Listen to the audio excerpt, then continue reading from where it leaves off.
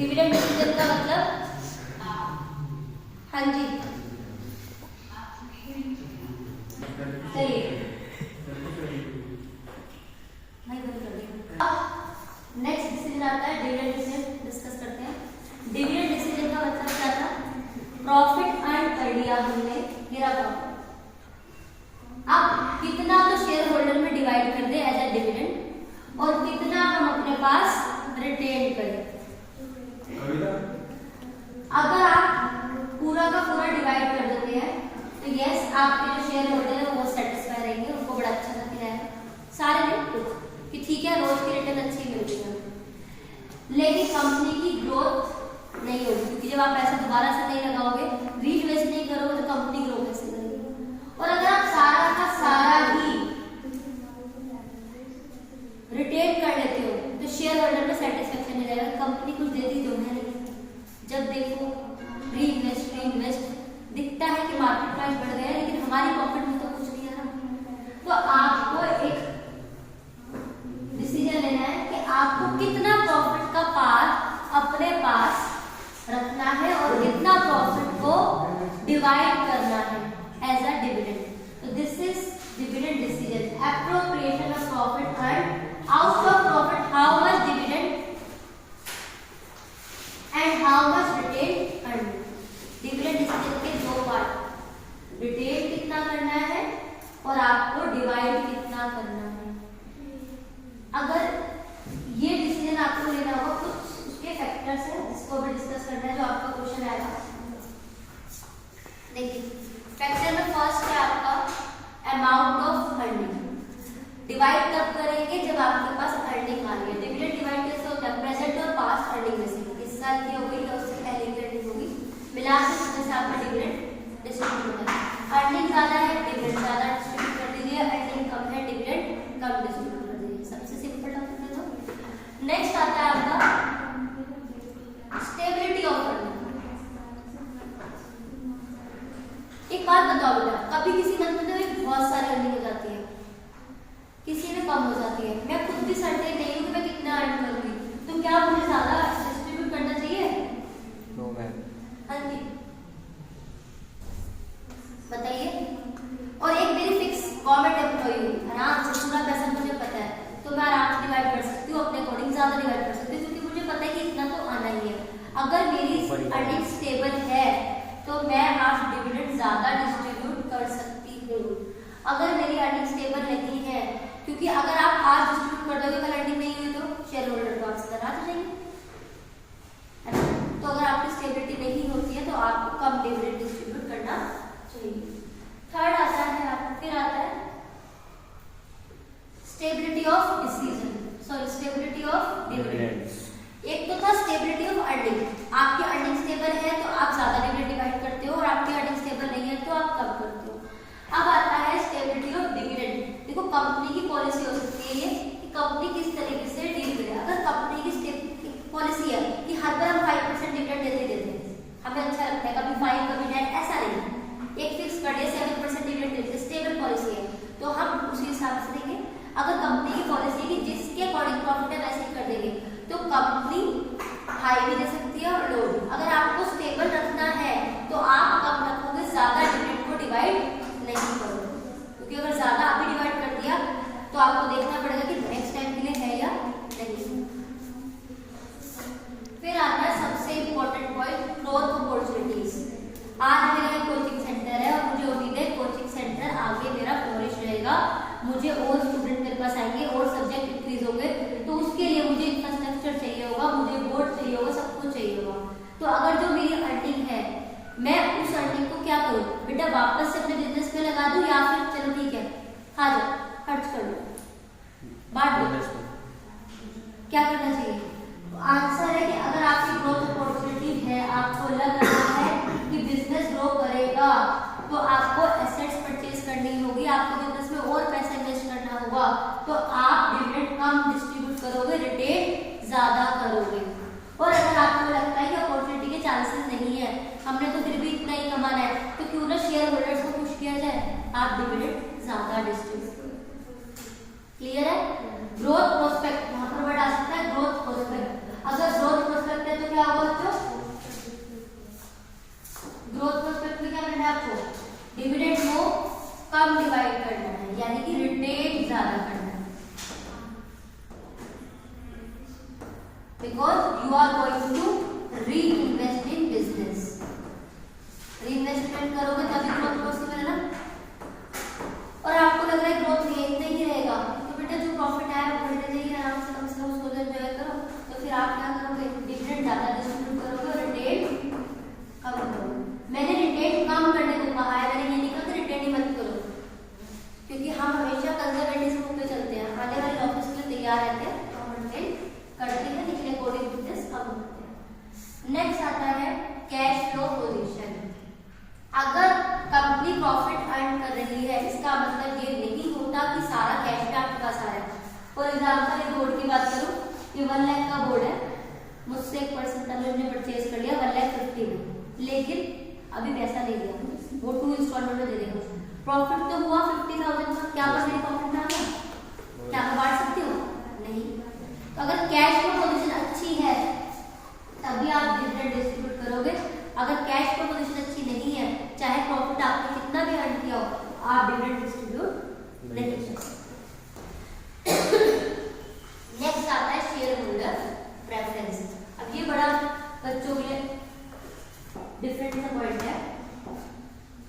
अगर मैं आपसे बात करूं कि आप शेयर होल्डर हैं, तो आप क्या चाहोगे कि आपको डिविडेंड ज्यादा मिले या कम? आपको ऐसा लग रहा होगा ज्यादा, बट बेटा ऐसा नहीं होता। कुछ शेयर होल्डर्स इसी इनकम पर डिपेंड नहीं करते। मतलब मैं रियल ओनर कंपनी, मैंने इसलिए कंपनी नहीं बनाई कि मुझे सिर्फ और सिर्फ डिविडेंड मिले, मैंने हो सकता है इसलिए बनाई हो कि मेरी आगे जाके ग्रोथ हो, इस बिजनेस को मुझे फ्लोरिश करना है। तो मेरी प्रेफरेंस ये हो सकती है कि डिविडेंड मत दो, पर कंपनी को बढ़ाओ, इंक्रीज करो। तो अगर शेयर होल्डर की करंट इनकम आपकी इंक्रीज करंट इनकम है आपकी, तो वो आप डिविडेंड ज्यादा दोगे।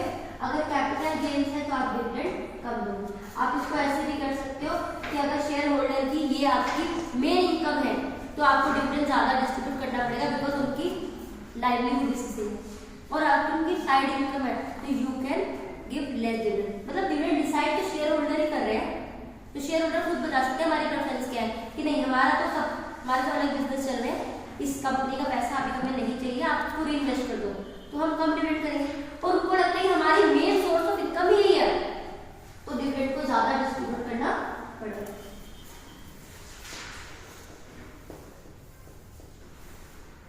Next taxation policy. अच्छा, आपको पता है गवर्नमेंट जो कंपनी टैक्स मतलब डिविडेंड डिस्ट्रीब्यूट करती है, तो डिविडेंड डिस्ट्रीब्यूशन टैक्स लगाती है। शेयर होल्डर के हैंड्स में फ्री होता है, मतलब जब हमें डिविडेंड मिलता है तो वो फ्री है, हमें उसको टैक्स नहीं देना है, बट कंपनी पर टैक्स लगता है। जब आपको लग रहा है कंपनी को टैक्स ज्यादा देना पड़ेगा डिविडेंड पार्ट में, तो कंपनी प्रेफर करती है कि अभी डिविडेंड डिस्ट्रीब्यूट नहीं करती। अगर कंपनी को लग रहा है कि ठीक है नहीं, शेयर होल्डर एग्री है, तो डिस्ट्रीब्यूट कर दो। फिर आता है स्टॉक मार्केट रिएक्शंस। ये सर्टेन पॉइंट्स जो एक क्लियर करता है। Stock market reaction generally it happens जैसे ही डिविडेंड डिस्ट्रीब्यूशन की न्यूज आती है, शेयर्स की वैल्यू बढ़ जाती है। सबको लगता है ना मेरे शेयर खरीदने प्रॉफिट आने वाला है, तो अगर आपको लगता है कि आपको ये न्यूज मार्केट में फ्लॉट करनी है कि ये शेयर्स की वैल्यू बढ़ रही है, तो आप डिविडेंड ज्यादा डिस्ट्रीब्यूट करोगे, अदरवाइज आप कम। फिर आता है एक्सेस टू कैपिटल मार्केट। ये भी बेटा बड़ा इंपॉर्टेंट है। आपने ऐसे सुना हमारे रिलेटिव बोलते अगर आपके रिलेटिव से जनरल टॉपिक, मतलब अगर आपके रिलेटिव से आपको लग रहा है पैसा जब कहोगे तब मिल जाएगा, तो आपको अपने पैसे को ज्यादा संभालने की जरूरत नहीं है। लेकिन आपको लगता है कि नहीं हमें तो कोई पैसा नहीं देने वाला है, तो अपने पैसे की संभालने की जरूरत ज्यादा होती है। In the same way access to capital market, मतलब आपको लग रहा है कि आप इजीली जब करेंगे हमें पब्लिक पैसा दे देगी, तो आप क्या करोगे, अपना पैसा डिवाइड कर दोगे, आप रिटेन नहीं करोगे। बट आपको लगता है कि नहीं कैपिटल मार्केट में एक्सेस करना मतलब शेयर इशू करना हमारे लिए इजी नहीं है, तो हम डिविडेंड कम डिस्ट्रीब्यूट करेंगे, रिटेन ज्यादा करेंगे।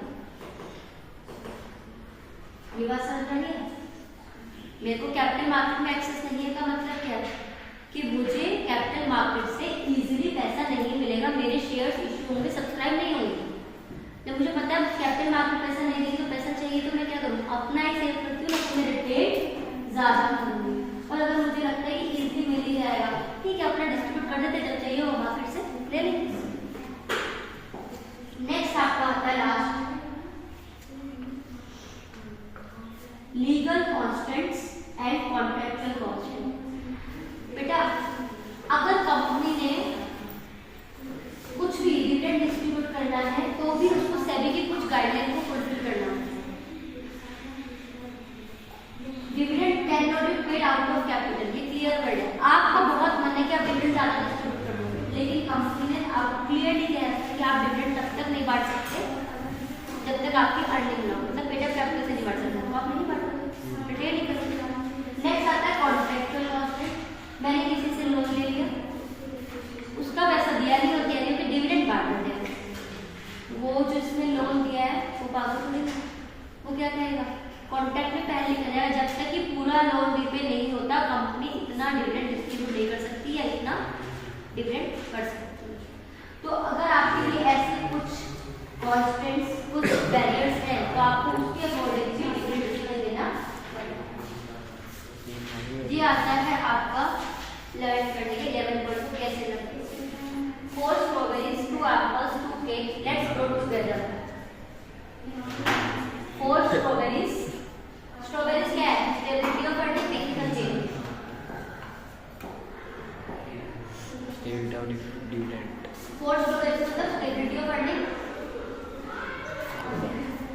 Stability of earning, stability of dividend, share holder preference, stock market trade, SSS डालना।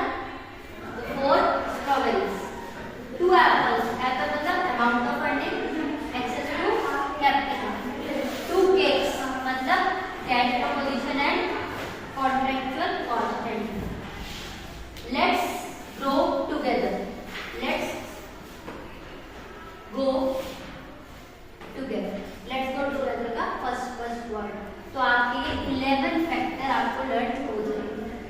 किसके 11 factor? 11 factor dividend distribution. CBSE का है क्वेश्चन, चलिए एक क्वेश्चन सीबीएसई है, उसके बाद बात करेंगे आपसे। ऐसे थोड़ी आएगा 4 स्ट्रॉबेरी, 2 केक, 2 एप्पल। अभी जैसे तो 2 फैक्टर पूछेगा 3 फैक्टर बाद में रखूँगा भाई। जरूरी नहीं है कि बाहर जाना है। ये 1 मार्क का क्वेश्चन है, सिर्फ छोटा सा क्वेश्चन है। A growing company is likely to pay more dividend.